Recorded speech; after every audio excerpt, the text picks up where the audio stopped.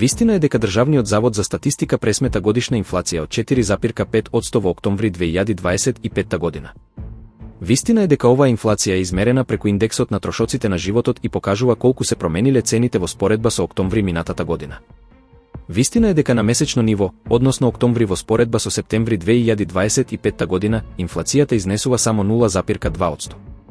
Вистина е дека намалувањето на трошоците на животот во овој месец најмногу се должи на поевтинувањето во секторот транспорт, каде што е забележан пад од 6,1%.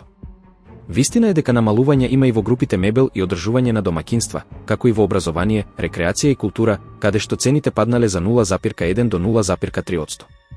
Вистина е дека и покрај тоа дел од производите и услугите поскапеле. Вистина е дека алкохолните пијалаци, тутунот, како и облеката и обувките, бележат раст на цени од 1,2%.